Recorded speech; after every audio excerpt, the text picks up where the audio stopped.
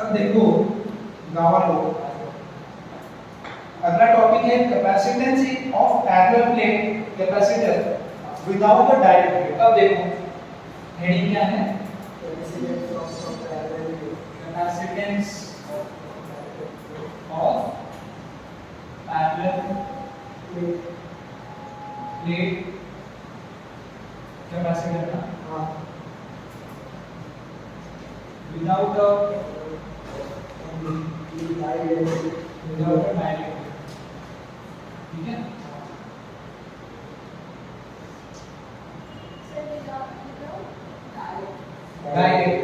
Dielectric. अब देखो मैंने यहाँ पे एक कैपेसिटर बनाया, यहाँ पे पॉजिटिव चार्जेस, यहाँ पे मान लो ये प्लेट 1 है, प्लेट 2 है, ठीक है। क्यू चार्जेस दिया मैंने दोनों को, ठीक है। मान लो इसको प्लस क्यू चार्ज दिया और इसको माइनस क्यू, ठीक है। मान लो इनके बीच का जो डिस्टेंस है वो d, इनके बीच का डिस्टेंस क्या है d। देखो जब मैं कैपेसिटर बना रहा हूँ तो मैं प्लेट्स के बीच में क्या डिस्टेंस रखता हूँ, इन प्लेट्स का क्या एरिया, ये प्लेट है, ये आपको एक स्ट्रेट लाइन क्यों दिख रहा है, ये प्लेट है, ये कंडक्टर है, प्लेट है। मैंने जब ऐसा रखा तो आपको एक लाइन दिख रहा है, ये वहां, ये लाइन नहीं है, ये प्लेट है, ठीक है। इसको ऐसा रखा गया दो प्लेट्स, तो आपको वो दो लाइन दिख रही है, एक्चुअली में दो प्लेट है जिनका एरिया है, क्योंकि आपके चार्जेस कहाँ रहेंगे, एक एरिया, एक सरफेस पे रहेंगे ना, तो उसके लिए मुझे एक सरफेस एरिया शिफ्ट, तो मैंने दो प्लेट्स को, क्योंकि मैं ऐसे रखा मैंने, तो आपको सामने से टॉप व्यू में एक सिंगल लाइन दिख रहा है, वो दो प्लेट्स है। मान लो इनका सरफेस एरिया और उसको सिग्मा क्या होता है, याद है, सरफेस चार्ज डेंसिटी, सिग्मा क्या होता है, सरफेस चार्ज डेंसिटी। आना बोलेगा क्वेश्चन वाली बात, ठीक है। सिग्मा का तो सरफेस चार्ज डेंसिटी, इसका प्लस सिग्मा हो, इसका देखो ये क्यू चार्जेस मैंने डिस्ट्रीब्यूट किए हैं ए एरिया पे, ठीक है। सरफेस चार्ज डेंसिटी का मास का वॉल्यूम या चार्ज डेंसिटी का charge upon area, charge upon area, तो इस प्लेट का एरिया क्या है, इस प्लेट का एरिया क्या है, इस एरिया में मैंने क्यू चार्जेस फैलाए हैं, तो इसका डेंसिटी सिग्मा और इसका माइनस एरिया से में, क्योंकि प्लस माइनस चार्जेस का साइन से आ रहा है, ठीक है। अब देखो अब होगा क्या, पहले तो इलेक्ट्रिक फील्ड निकाल लेते हैं आउटसाइड द कैपेसिटर और इनसाइड द कैपेसिटर। हमको निकालना क्या है, कैपेसिटेंस, हमको बेसिकली हमें C q by V निकालना, हमको जानना है कि वो C इसके एरिया और डिस्टेंस पे कैसे निर्भर है, वो C एरिया और डिस्टेंस पे कैसे निर्भर। मैं दो कैपेसिटेंस, दो प्लेट्स को कैपेसिटर्स के तौर पर रख दूं, तो अगर मैं डिस्टेंस बढ़ाऊं, डिस्टेंस घटाऊं, एरिया बढ़ाऊं या घटाऊं, तो उससे क्या फर्क पड़ेगा कैपेसिटेंस पे, वो जानना है मुझे, ठीक है। अब देखो अगर आपको याद होगा और शुरू में मैंने कराया था, अगर मैं शीट लूं, मैग्नेटिक शीट या प्लेट, और यहाँ पे एक चार्ज रख दूं, मान लो पॉजिटिव चार्ज रख दूं, तो मेरे पे जो इलेक्ट्रिक फील्ड इंटेंसिटी लगती थी वो सिग्मा अपॉन 2 एप्सिलॉन नॉट है, ये मैंने कराया है। इसको कराने के लिए मैंने गॉसियन सरफेस भी बनाया है, याद है, नहीं है, गॉसियन सरफेस बनाकर और डेरिवेशन करते थे, और E equal to sigma by 2 epsilon nought की वैल्यू पाई थी for a infinite long metallic sheet, अगर आपको याद होगा उसी फॉर्मूला का इस्तेमाल यहां कर रहे हैं। देखो अगर मैंने ये पॉइंट लिया आउटसाइड द कैपेसिटर, ये जो पॉजिटिव चार्ज है, इस पॉजिटिव चार्ज को दूर फेंकेगा, तो इसको इलेक्ट्रिक फील्ड यहाँ पे महसूस होगा, इलेक्ट्रिक फील्ड इंटेंसिटी इसको इस डायरेक्शन में लगेगी, और कितना लगेगी, सिग्मा बाय 2 एप्सिलॉन नॉट। अब इसी पॉइंट पे ये नेगेटिव है, जो पॉजिटिव को अट्रैक्ट करेगा, यहाँ पे मारेगा इलेक्ट्रिक फील्ड सिग्मा बाय, तो ओवरऑल इस पॉइंट पे क्या इलेक्ट्रिक फील्ड 0, ये और ये कैंसिल हो जाएंगे, तो इलेक्ट्रिक फील्ड आउटसाइड कैपेसिटर के बाहर कोई इलेक्ट्रिक फील्ड नहीं, कैपेसिटर के बाहर कोई इलेक्ट्रिक फील्ड नहीं, अंदर होगा। देखो अंदर रेस होगा, देखो ये कोई एक पॉइंट ले लो, ये पॉइंट ले लिया,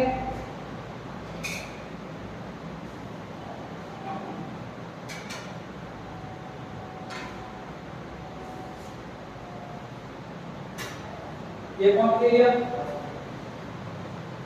इस पॉइंट पे मेरे को ध्यान से देखो, पॉजिटिव वाला डिपेंड करेगा सिग्मा बाय 2 एप्सिलॉन नॉट, इसी पॉइंट पे मान लो देखो नेगेटिव वाला ट्रैक करेगा sigma bye,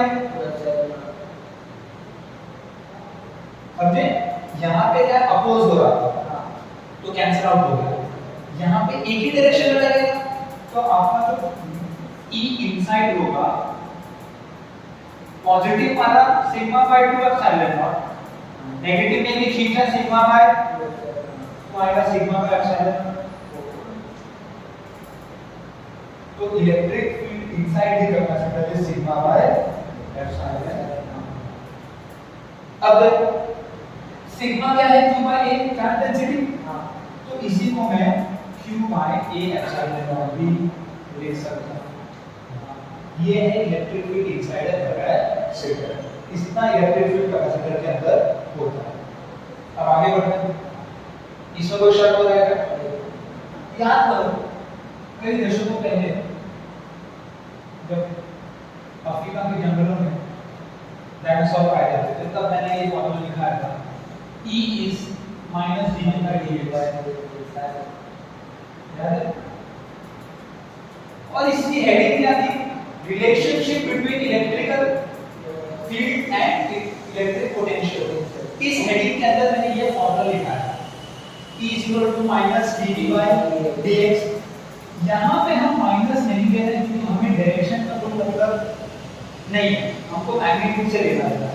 electric field dv by dx के बराबर होता है, वो माइनस सिर्फ साइन इंडिकेट करता है जिसकी मुझे भी कोई जरूरत नहीं है, मेरे को मैग्नीट्यूड निकालना है इलेक्ट्रिक फील्ड। एक मैग्नीट्यूड आ गया, दूसरा आएगा इक्वेट कर दूंगा तो कैपेसिटेंस मिल जाएगा। देखो कैसे, यहाँ पे dv मतलब change in potential, potential difference v मान लो इसका v1 और इसका v1 माइनस क्वेश्चन वाली बात, तो v मान लो, x कितना है, कितना उसको ट्रांसफर करना पड़ेगा d, तो E = v by d। ये अक्ष आपको याद रखना है, नया फॉर्मूला बार-बार यूज होगा, E = v by, मान लो ये इक्वेशन 2 है, ये वाला इक्वेशन 1 है, ठीक है। अब फ्रॉम 1 and 2 करो, फ्रॉम 1 and 2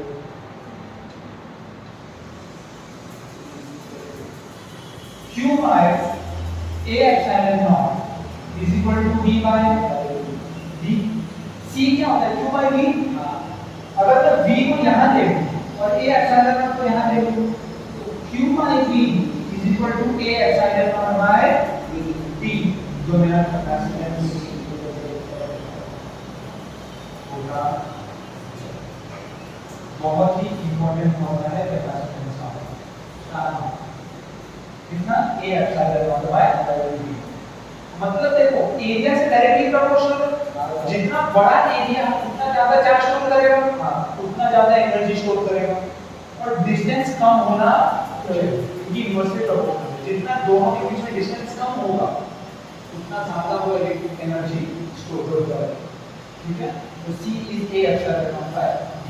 याद रखना इसके बीच में कोई भी डाइलेक्ट्रिक नहीं है, इसके बाद मतलब बीच में कुछ नहीं है, बीच में कुछ नहीं, एयर बोलो वैक्यूम बोलो और कोई भी मटेरियल नहीं, तो ये आपका कैपेसिटेंस का फॉर्मूला, ठीक है। अब देखो, अब हम लोग ने बीच में क्या डाल दिया, एक डाइलेक्ट्रिक डाल दिया, शुरू करें। हेडिंग है अगली, capacitance of a parallel plate capacitor with a dielectric slab between the plate. तो अब हम क्या बताते हैं, capacitance of a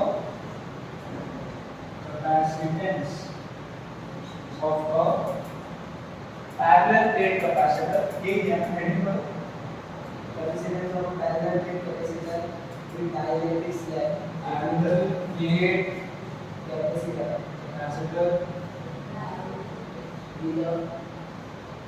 with a dielectric slab between the plate dielectric slab between the plate plate के बीच में हम लोगों ने क्या डाल दिया, डाइलेक्ट्रिक स्लैब डाइलेक्ट्रिक स्लैब। देखो यहाँ देखो, ये कैपेसिटर है, इसके बीच में एक डाइलेक्ट्रिक स्लैब, क्या है बीच में, डाइलेक्ट्रिक स्लैब। यहाँ पे सब पॉजिटिव चार्जेस, तो शक वाली बात यहाँ पे, ठीक है। अब देखो यहाँ देखो, इसका डाइलेक्ट्रिक कांस्टेंट K है, इसका विड्थ टोटल T है, और ये टोटल D है, जो पहले से पता है। कोई दिक्कत वाली बात नहीं, मुझे तो नहीं लगी, आपको लगे तो बता दो। ये है प्लस Q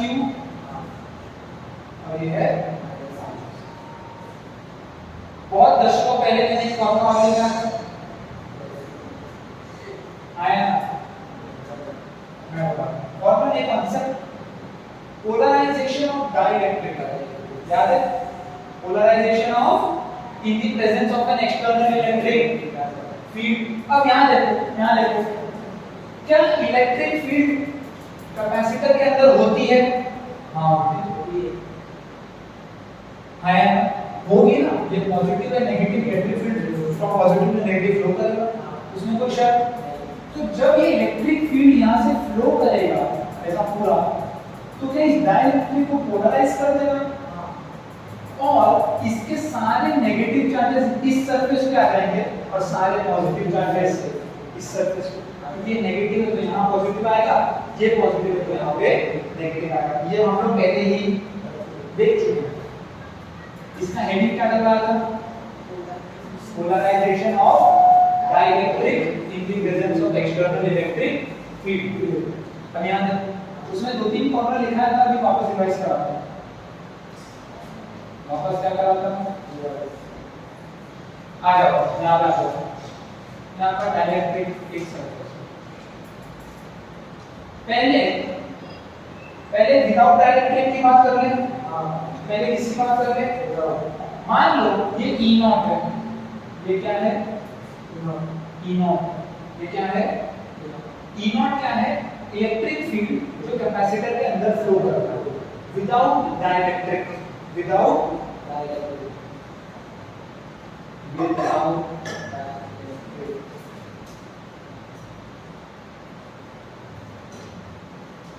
मुझे पता है E नॉट क्या है, अगर डाइलेक्ट्रिक ना हो तो कैपेसिटर के अंदर क्या होता है, sigma by epsilon, sigma bye, या Q upon A sigma, Q upon A epsilon, ये होता है। इसमें कोई शक वाली बात मुझे तो नहीं करता। और कैपेसिटेंस क्या आया था, inside A epsilon not by E, इसको मैं C नॉट मान लेता हूं।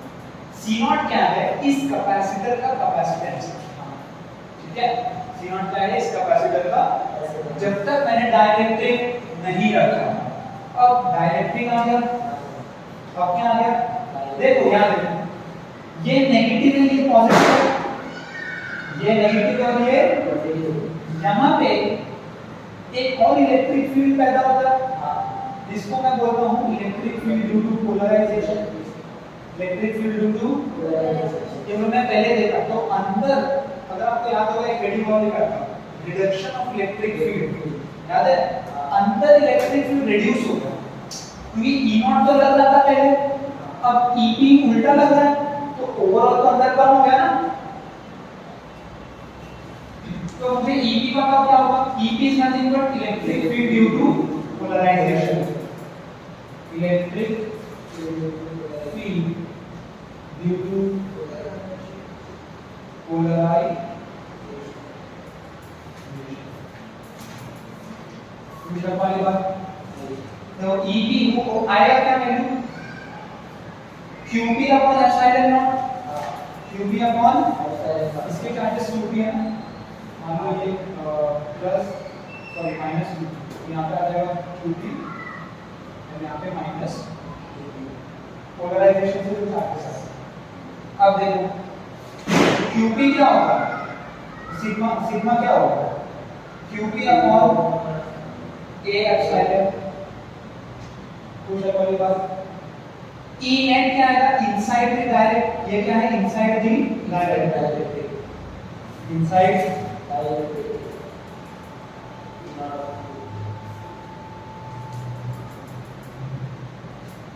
होता है E नॉट अपॉन EP, जो कि होता है E नॉट अपॉन K, और ये क्या है? डायरेक्ट्रिक कांस्टेंट।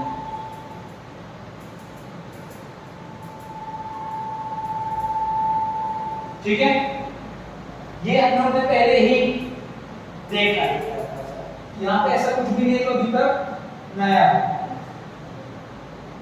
E नेट क्या आ गया? E नॉट अपॉन K, पता नहीं, नोट कर लो, लिख लो, नोट कर लो, फिर आगे देखो। E नेट क्या है? यहाँ देखो, डाइलेक्ट्रिक के बाहर ये इलेक्ट्रिक फील्ड चल रहा है, डाइलेक्ट्रिक के अंदर ये इलेक्ट्रिक फील्ड चल रहा है। ठीक है, अगर आप ध्यान से देखो तो अभी हम लोगों ने लिखा था E = B by D, ये हमें पता है, तो V = E into D है ना। अभी कैपेसिटर के अंदर दो सेक्शन है, एक ये वाला जो एयर है, एक ये वाला जो डाइलेक्ट्रिक है ना। मैं क्या करता हूँ, मुझे अगर टोटल पोटेंशियल निकालना है तो V = E1 T1 प्लस इसको एयर मान लेता हूँ और इसको डाइलेक्ट्रिक।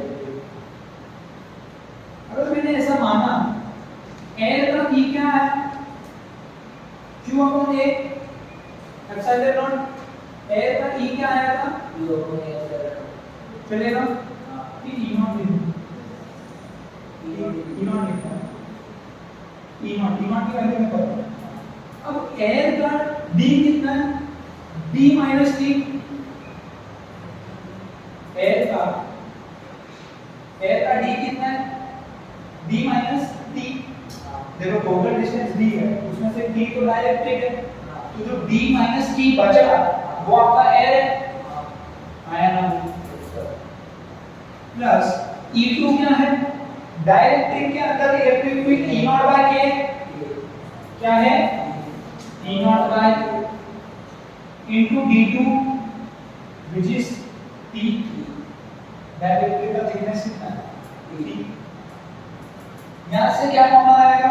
E नॉट, तो D minus T plus T by K, ये आ गया आपका V। E नॉट क्या है? Q upon A epsilon nought, तो V = Q upon A epsilon nought D minus T plus T by. कोई शक वाली बात? अब यहाँ से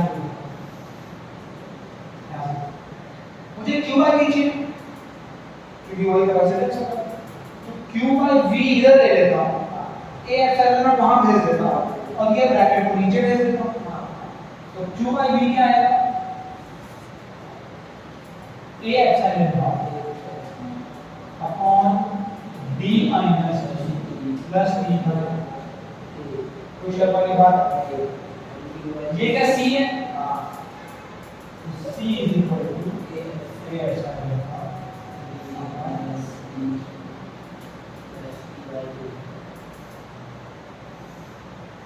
C नॉट के टर्म्स में दिया गया नहीं, ये आपका capacitance with a dielectric slab, capacitance with a dielectric. देखो ये सेक्शन में इसको मैं डाल दूं स्पेशल चार स्पेशल केस दिया, क्या दिया है? देखो स्पेशल केस क्या है? स्पेशल केस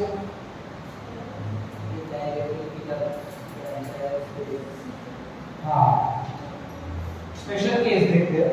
स्पेशल केस मतलब entire space between plate is filled with direct if entire space is covered with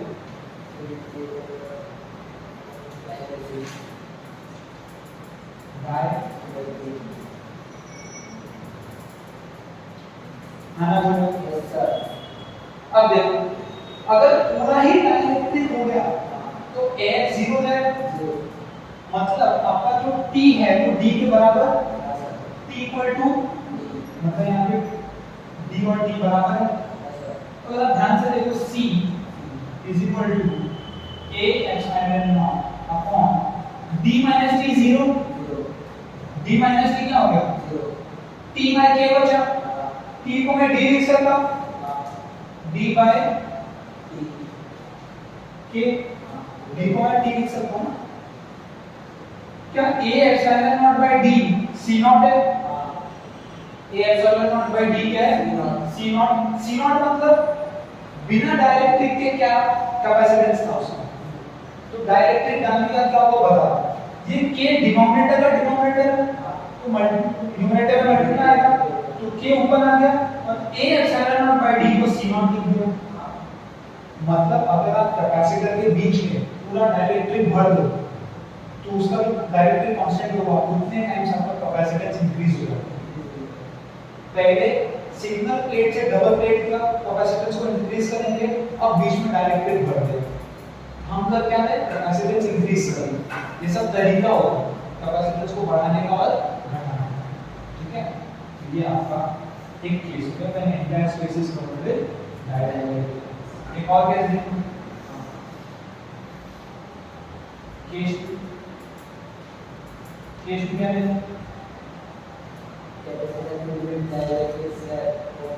नहीं वो अपन बाद में देखते हैं। अब देखो मान लो ये आपका कैपेसिटर है और मैंने बीच में अलग अलग डाइलेक्ट्रिक डाल दिया, K1 K2 और K3, K1 K2 और मान लो ये सब क्या है प्लस और ये सब क्या है।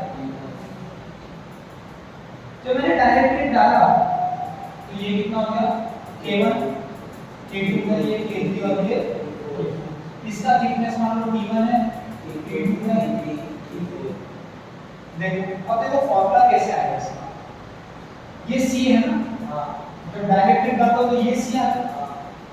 एयर तो 0 है, एयर क्या है? 0, तो D माइनस T का टर्म आएगा ही नहीं क्योंकि एयर 0 है ना, ये पूरा टर्म ही नहीं आएगा, सिर्फ ये वाला टर्म होगा आपके पास। तो A एप्सिलॉन नॉट का एज इट इज है, D माइनस T वाला टर्म ही नहीं आएगा क्या? D by K। ये अगर आप देखो तो ऐसा लगता है जैसे कैपेसिटर इन सीरीज को रखा है। क्या रखा है? Capacitor in series. तो ये क्या है? T1 by K1 plus T2 by K2 plus T3 by K3 so ऐसा। ठीक है, ऐड हो जाएगा। ये एक केस हो गया, यहाँ पे plus T n upon K। एक और केस देख लें, जो मैं ये सब ये पैरेलल में रखता है, कैसा रखता है? पैरेलल, तो ऐड होते हैं। एक और देख लें, ऊपर से नीचे कम, ऊपर से देखो अभी आप थिकनेस कर रहे हो ना D, आप एरिया चेंज नहीं कर रहे। अगर मैं ऐसे ऐसे रख दूं डाइलेक्ट्रिक्स को तो मैं उनके इसका एरिया तो अभी भी उतना ही है, पूरा A0 पीछे तक पता नहीं पीछे गया, सिर्फ मैं विड्थ कम ज्यादा कर रहा हूं, T बढ़ा घटा रहा हूं, उनका एरिया प्लेट का अभी भी सेम। अब देखो काम निकाल दो इसमें से। ये वाला हो गया, बाकी हो गया तो बताओ। हो गया पापा हाँ सर हो गया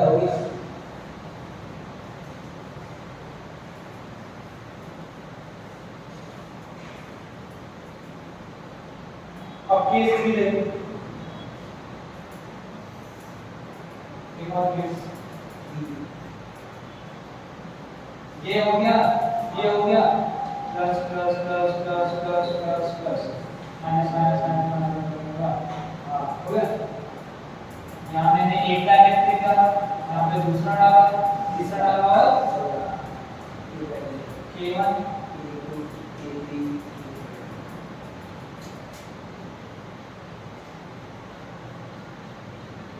ठीक है। अब कमाल की बात ये है कि सबका विड्थ सेम है, सबका विड्थ एरिया कब कम ज्यादा होगा। देखो प्लेट तो ऐसा दिखता है ना एक्चुअल में, आप खाली साइन को देख रहे हो, पीछे गए ना। अब मैंने जब डायरेक्ट्रिक ऐसा भर दिया तो एरिया कम हो गया ना सबका, सबका एरिया इतना ही है। डायरेक्ट्रिक ये अलग डायरेक्ट्रिक, ये अलग डायरेक्ट्रिक और ये अलग डायरेक्ट्रिक। अब तक क्या था, एरिया पूरा था, खाली जो मैं दूसरा प्लेट रख रहा था वो नजदीक था, उसके खाली विड्थ को कम ज्यादा कर रहा था, पीछे का एरिया सेम था। अब मैं एरिया को ही डिवाइड कर देता हूं और विड्थ पूरा रखूंगा। कोई शक वाली बात नहीं। अब देखो फॉर्मूला कैसा लगेगा। अब फॉर्मूला ऐसा लगेगा, ध्यान रखो। इसमें किसकी बात करते हैं, किसकी बात करते हैं, ये फॉर्मूला हमारे पास, ये फॉर्मूला है, ठीक है। ये है क्या, basically k into a epsilon है। ये क्या है, जब entire space is covered with डायरेक्ट्रिक, हमारा पूरा स्पेस डायरेक्ट्रिक से कवर्ड है, बस एरिया चेंज हो रहा है।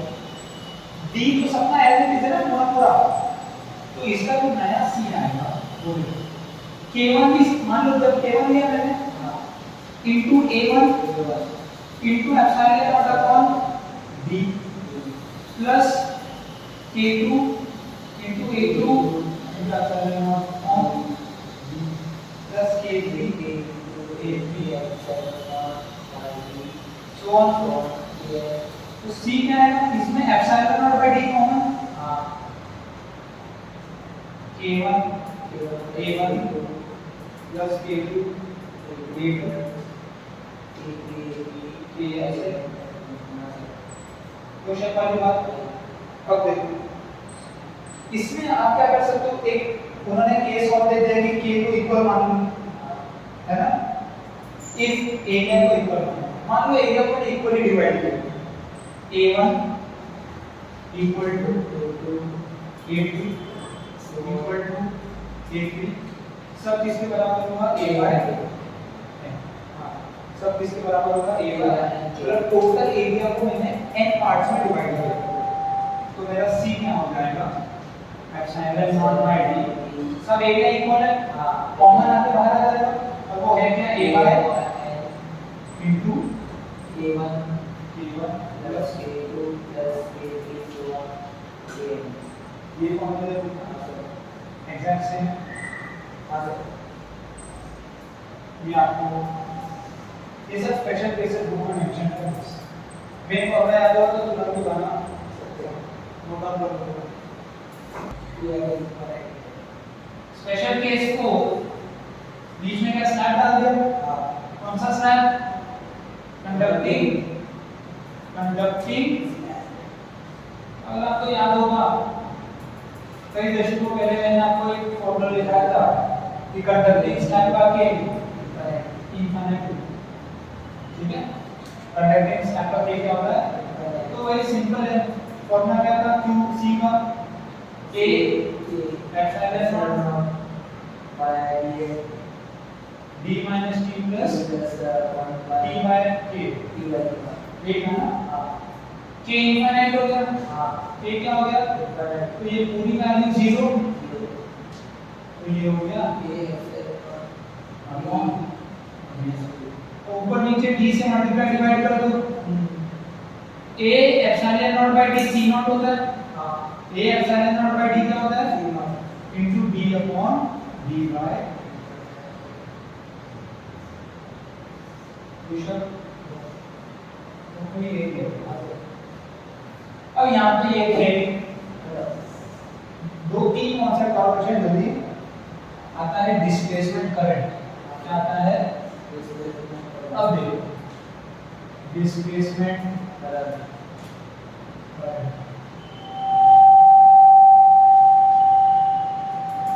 आराम बचेगा जानता सब क्या सोते रहते ना आप लोग को देख के बुरा मतलब। चलो हम क्या करेंगे अपनी बुक में इसके बारे में एक लाइन लिखी है जो मुझे उतना पसंद नहीं है। मैं बताऊंगा वो क्या लिखा क्यों पसंद नहीं है। ये कैपेसिटर है ठीक है ठीक है एक की है पता ही होगा हर ऐसा मत देखो कि जोड़ देने के कारण भागने से ठीक है। ये सर्किट को ऑन या ऑफ करता है। ये कैपेसिटर है इसको हम लोग सिंपली सी दे देंगे plus Q minus Q charge दिया है क्या है प्लस क्यू और क्यू माइनस। अब देखो क्या मैं आपको एक बात बताऊं करंट दौड़ेगा इसमें। ये करंट कैसे आता है कभी भी देखना किसी भी कंडक्टर या वायर में करंट जाता कैसे जब इलेक्ट्रॉन्स फ्लो होते हैं। इलेक्ट्रॉन्स ऐसे फ्लो होते हैं तो करंट ऐसे जाता है पता है। इलेक्ट्रॉन नेगेटिव प्लेट से निकल के पॉजिटिव प्लेट में आते हैं। करंट पॉजिटिव प्लेट से निकल के नेगेटिव में आता है। Current is opposite to the direction of flow of charges. ये बताना यहां पे तो कोई मटेरियल नहीं है यहां पे कोई मटेरियल नहीं उल्टा मैंने यहां पे डाइलेक्ट्रिक भर दिया। क्या भर दिया डाइलेक्ट्रिक नॉन कंडक्टर्स इंसुलेटर से बनता है याद है। डाइलेक्ट्रिक के डेफिनेशन में लिखा था कि वो इंसुलेटर से बनता है। अगर ये इंसुलेटर से बनता है तो ये जो इंडक्शन करंट का पास कर रहा है ये तो बिल्कुल भी पास होना नहीं चाहिए। ऑब्वियसली बात है ना इंसुलेटर है बीच में। इंसुलेटर का काम ही होता है कि करंट को पास होने ना दे पर फिर भी एक करंट इसमें से पास होता है। बताओ फिर भी इसमें से करंट वो ये नहीं है वो ये कोई दूसरे टाइप का करंट है और वो है डिस्प्लेसमेंट करंट। क्या है डिस्प्लेसमेंट करंट। और आपकी बुक में क्या लिखा है पता है यहाँ देखो आपके बुक में ये लिखा है कि नॉन कंडक्टर या जो इंसुलेटर्स होते हैं उसमें हम लोग एक बाउंड चार्ज और फ्री चार्ज का कॉन्सेप्ट पढ़ा था याद है। फ्री चार्ज ही घूम के करंट बनाते हैं और बाउंड चार्जेस न्यूक्लियस से एकदम स्ट्रांगली अट्रैक्टेड होते हैं तो घूम नहीं पाते। आपका वो कहता है कि ये इंसुलेटर ये डाइलेक्ट्रिक का बाउंड चार्जेस यहाँ पे मूव करेगा और करंट पैदा करेगा। पर ऐसा जरूरी क्योंकि अगर आप कुछ ना रखो अगर हवा भी रखो ना तो भी डिस्प्लेसमेंट करेगा। अब वैक्यूम या एयर में तो कोई बाउंड चार्जेस नहीं है। वैक्यूम में तो कोई बाउंड चार्जेस नहीं तो वहां पे इस हिसाब से डिस्प्लेसमेंट करंट नहीं आना चाहिए। क्या आपके बुक में लिखा है एग्जाम आप लिख सकते हो ऐसी बात नहीं। मैं आपको बताता हूं क्यों हो रहा है। ये हो रहा है due to changing electric field. Due to changing electric field मैं आपको इसका डेरिवेशन भी दिखाता हूं कैसे। पहले एक बात को डाइजेस्ट करूंगा। इलेक्ट्रिक फील्ड अगर चेंज होता रहेगा किसी भी पॉइंट पे तो वहां पे करंट पैदा होगा। देखो इसका पोटेंशियल डिफरेंस भी है। इनिशियली इसमें कोई चार्जेस नहीं थे। ये कैपेसिटर में कोई चार्ज नहीं था। इसका काम है चार्ज को स्टोर करना। मैंने जैसे ही बैटरी लगा के चालू कर दिया करंट फ्लो होने लगा और ये चार्ज को स्टोर करने लगा। ये चार्ज को ये तब तक स्टोर करेगा जब तक इसका पोटेंशियल डिफरेंस और इसका पोटेंशियल डिफरेंस सेम ना हो। जैसे ही सेम होगा करंट पास होना बंद हो जाएगा। करंट पास नहीं होगा। करंट पास होने के लिए पोटेंशियल डिफरेंस चाहिए ना। यहाँ पे भी वही पोटेंशियल यहाँ पे भी वही पोटेंशियल तो करंट पास नहीं होगा। अब देखो मान लो आपने थोड़ा सा चार्ज अभी अभी आपने शुरू किया करंट गया और चार्ज एक स्मॉल क्यों आया, अभी तक इनका पोटेंशियल सेम नहीं है, करंट फिर जाएगा, करंट तो लगातार फ्लो हो रहा है, इसका चार्ज बढ़ते जा रहा है, बढ़ते जा रहा है, बढ़ते जा रहा है, पोटेंशियल भी बढ़ते जा रहा है, इन दोनों का पोटेंशियल डिफरेंस घटते जा रहा है, क्योंकि इसका पोटेंशियल 0 से बढ़ रहा है, 0 था ना शुरू में, बढ़ते बढ़ते बढ़ते बढ़ते यहाँ तक आया कि अब ये दोनों के बीच में ज्यादा पोटेंशियल का गैप नहीं, तो लगातार अगर V चेंज हो रहा है, लगातार Q चेंज हो रहा है, तो अंदर का इलेक्ट्रिक फील्ड लगातार चेंज हो रहा है, हर मोमेंट पे जैसे जैसे करंट आ रहा है ये ज्यादा ज्यादा चार्ज स्टोर करते जा रहा है, इसका इलेक्ट्रिक फील्ड स्ट्रांग होते जा रहा है, यानी कि इलेक्ट्रिक फील्ड चेंज होता है, उस चेंज की वजह से करंट पैदा हो जाता है, उससे वजह से क्या पैदा होता है, करंट, जिसको हम बोलते हैं डिस्प्लेसमेंट। इसका डेरिवेशन देखते हैं, इसका क्या देखते हैं, ये आया देखो ई नेट क्या होगा, मतलब मैंने डायरेक्ट से भर दिया, ई नेट क्या होगा, ई नॉट बाय के, ई नॉट बाय क्या होता है के, ई नॉट को मैं क्या लिख सकता हूँ, E naught sigma by epsilon naught आया, सिग्मा को क्या लिख सकता हूँ, q by a epsilon naught के, कोई शक वाली बात है क्या, मुझे तो बिल्कुल भी नहीं। अब देखो ये q क्या आएगा, a epsilon naught k into e आएगा, यहाँ देखो, यहाँ देखो, यहाँ देखो, अब इसको टाइम के साथ डिफरेंशिएट कर दो, तो dq बाय dt आएगा a epsilon naught k into de by, देखो a एरिया चेंज होने के बाद कांस्टेंट बाहर आ जाएगा, एप्सिलॉन नॉट क्या है, कांस्टेंट बाहर आ जाएगा, डायरेक्ट्रिक कांस्टेंट बाहर आ जाएगा, इलेक्ट्रिक फील्ड चेंज हो जाएगा टाइम के साथ, इलेक्ट्रिक फील्ड टाइम के साथ चेंज, यही तो करंट होता है, ये आईसी है मेरा जो फ्लो हो रहा है, तो करंट क्या होता है, चार्जेस अपॉन टाइम ना, एक यूनिट टाइम में कितना चार्ज पास हुआ वही मेरा करंट होता है, I is q by t, अगर ये करंट है और मैंने इक्वल टू समथिंग लिखा है, डायमेंशनलिटी एनालिसिस अगर आपने पढ़ा होगा तो ये भी करंट ही होना चाहिए, मैं करंट को करंट के बराबर लिखूंगा ना, है ना, अरे मान लो आपको एग्जांपल दे सकते हैं, हाँ मान लो ये हाथी है,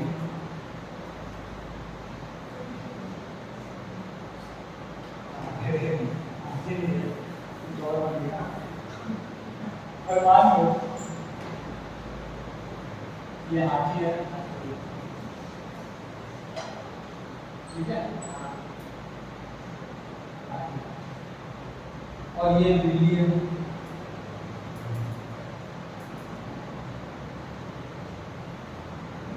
और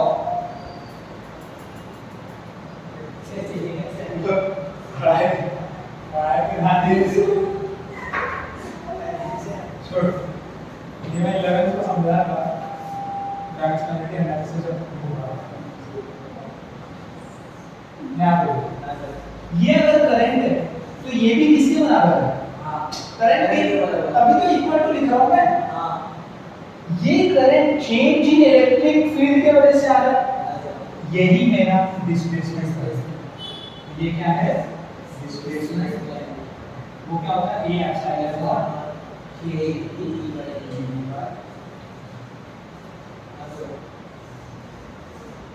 नोट कर लो,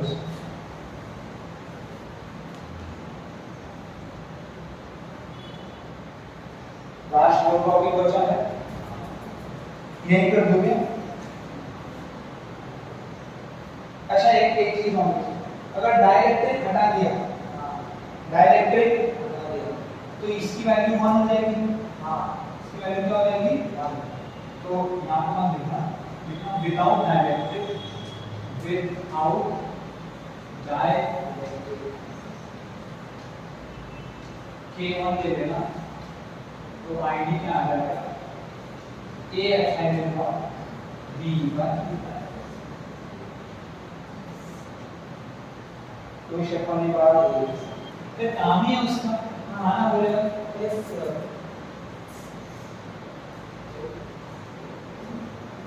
निर्देश होगी ना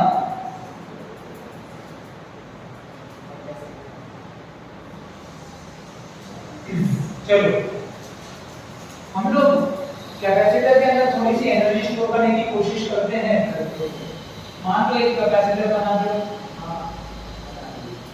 और उसमें पोटेंशियल डिफरेंस के लिए एक बैटरी बना V है देखो ये करंट तब तक फ्लो होगा जब तक इसका पोटेंशियल और इसका पोटेंशियल सेम ना हो जब इन दोनों के बीच का पोटेंशियल डिफरेंस जीरो होगा या सेम होगा तब तक करंट फ्लो होगा उसके बाद करंट फ्लो नहीं होगा मान लो यहाँ पे आपके क्या चार्जेस हैं यहाँ पे नेगेटिव अब तक मान लो Q चार्जेस आपके पास है कितने चार्जेस हैं Q so for Q charges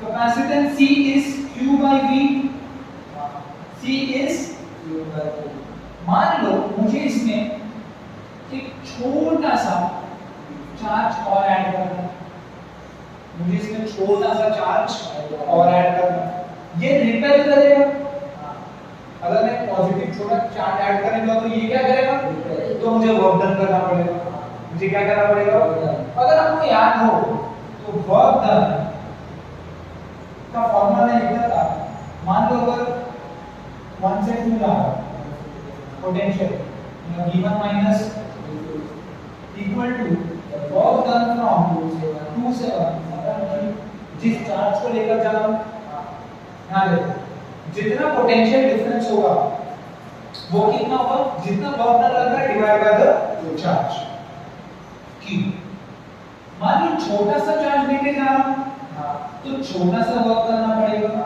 पर अभी इसका पोटेंशियल मान लो V स्मॉल v क्या है स्मॉल अभी मैंने पूरा ऐड नहीं किया ना चार्ज अभी थोड़ा सा ही चार्ज ऐड हुआ था उसमें स्मॉल v था जब पूरा कैपिटल Q आ जाएगा तब मान लो कैपिटल V लिखेंगे अब वो कैपिटल V क्या है dw by dq यहां से V क्या है q by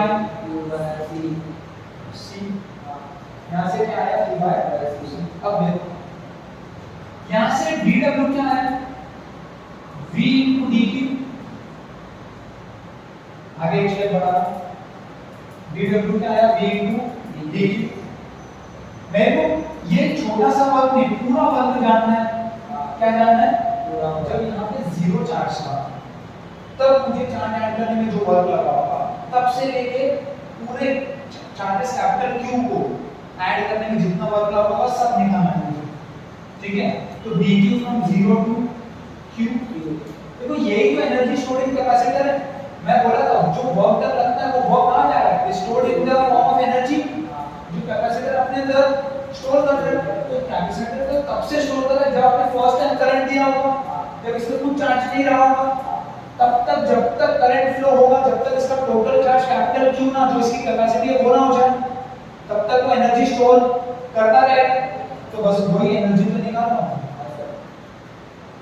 वो जो वर्क डन है वही कन्वर्ट होता है एनर्जी में याद है पहले का कांसेप्ट रिवाइज करना सेम लिखना है तो वही वर्क डन में निकालना अभी वर्क डन क्या है W देखो जब चार्ज जीरो था तब जीरो वर्क करना पड़ा होगा जब पूरा आपने चार्ज भर दिया तो आपको तब वो वर्क करना पड़ेगा तो W इज इक्वल टू अभी V क्या है Q by C देखो Q by C है ना तो integral of Q by C into from 0 to capital देखो 1 by C बाहर आ जाएगा कांस्टेंट तो शेपर निकाल इंटीग्रल ऑफ Q dQ होता है Q square by 2 upper limit minus lower limit integration आता है x dx का इंटीग्रेशन होता है x स्क्वायर बाय 2 तो Q dQ का होगा Q स्क्वायर बाय 2 अब देखो 1 by C अपर लिमिट क्या है Q स्क्वायर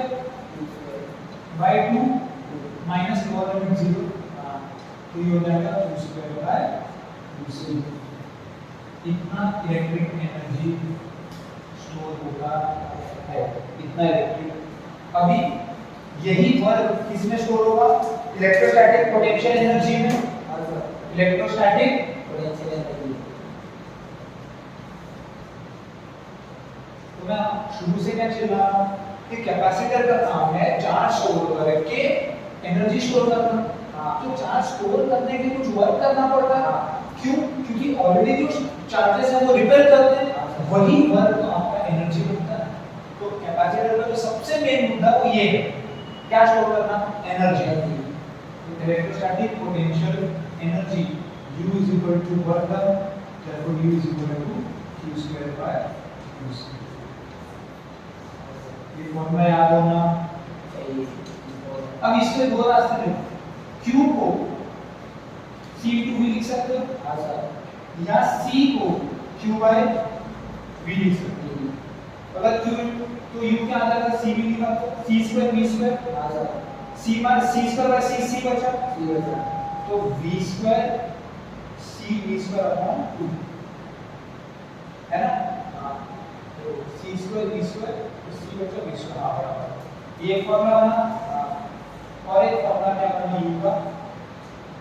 C को Q by V लिखो, तो V ऊपर आएगा और Q से Q कैंसिल, तो ये आएगा V Q by